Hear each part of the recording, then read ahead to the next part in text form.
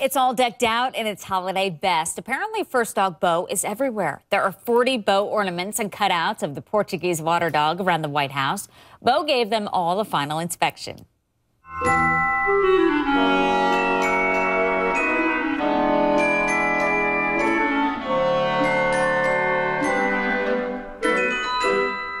How cute is Bo just wandering the halls? Joining us now is Jennifer Boswell Pickens. She's a White House social expert and author of the book, Christmas at the White House. It focuses on the crucial role many pets had on humanizing and softening political figures. Jennifer, great to talk to you. Thanks for joining us. Thanks for having me. I love this time of the year. There's a lot of preparation that goes on, but especially decorating the White House. When does all the planning start?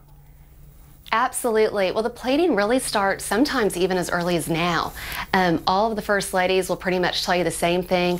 Shortly after the inauguration, they have this wonderful meeting with the White House chief florist, the White House usher, the first lady's chief of staff, and they're always so surprised when basically the 1st of February, their first year in office, they'll say, and what would you like the Christmas theme to be?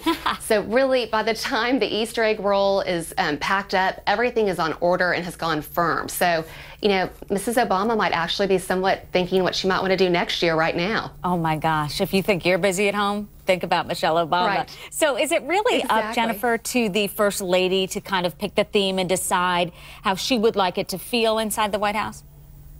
Oh, absolutely. It is 100% her decision and how she'd like it to look. And every First Lady really has had a unique impact with the theme. They've even kind of used it sometimes as a political tool. I often think of, you know, First Lady Barbara Bush and her first Christmas theme had a literary theme. And when you think about Barbara Bush, you think about her campaign to make all Americans more literate. And a lot of First Ladies has used that as a tool to sort of highlight a political issue they might have. Which I love. They're picking a theme in that direction. Let's talk about the Christmas trees. When did the big trees start arriving at the White House? I remember we covered this when the tree was arriving there. It certainly is beautiful.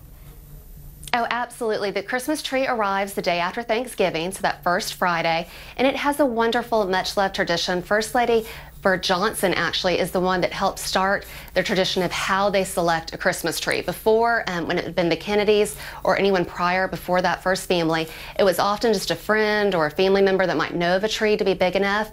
But Mrs. Johnson, with the help of the National Christmas Tree Association, actually held a nationwide contest.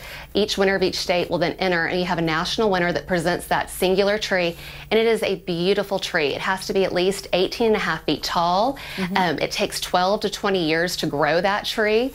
It's beautiful. It has a richly stately shape and color, and it holds between 4,500 to 8,000 lights on that one singular tree. They have to build a custom stand to hold it that holds 15 gallons of water to keep that tree fresh this season. I can't imagine if one light goes out, trying to figure out which light it is with thousands of them to choose from. Let's talk, Jennifer, about gingerbread houses. We've seen quite a few of them. Which administration started that tradition? That is the Nixon administration. First Lady Patricia Nixon with Hans Roffert, the executive chef there, started that wonderful, much-loved tradition of the annual gingerbread house. It was instantly a hit when she was First Lady. It actually became so popular, it required a Marine Guard to stand near the gingerbread house because often during the, thousands of people that come through, they'd want to start picking off pieces. And it has grown every year. First Lady Nancy Reagan wanted to make it a little bit more personable, so they added jelly beans as a nod to the president's favorite candy. They also started to include First Dog Rex there on the gingerbread house. Then First Lady Barbara Bush is actually the one that saved the tradition of the gingerbread house. When Hans Roffert retired, Roland Mesnier loved her, but he was, had been working for Hans Roffert for many years, and he sort of didn't want to step on his toes after his retirement. But they came up with a great solution that, he would make it his own gingerbread house. And that's when you really see it starting to make the mark and grow and become so wonderful and so popular. It just kept continuing to grow during the Clinton administration. And then First Lady Laura Bush is the one that requested it always be a replica of the White House, and it has ever since 2001. Right. Jennifer, it is fascinating and beautiful how they decorate no matter what administration. Your book is called Christmas at the White House. Thanks for your time. Thank you.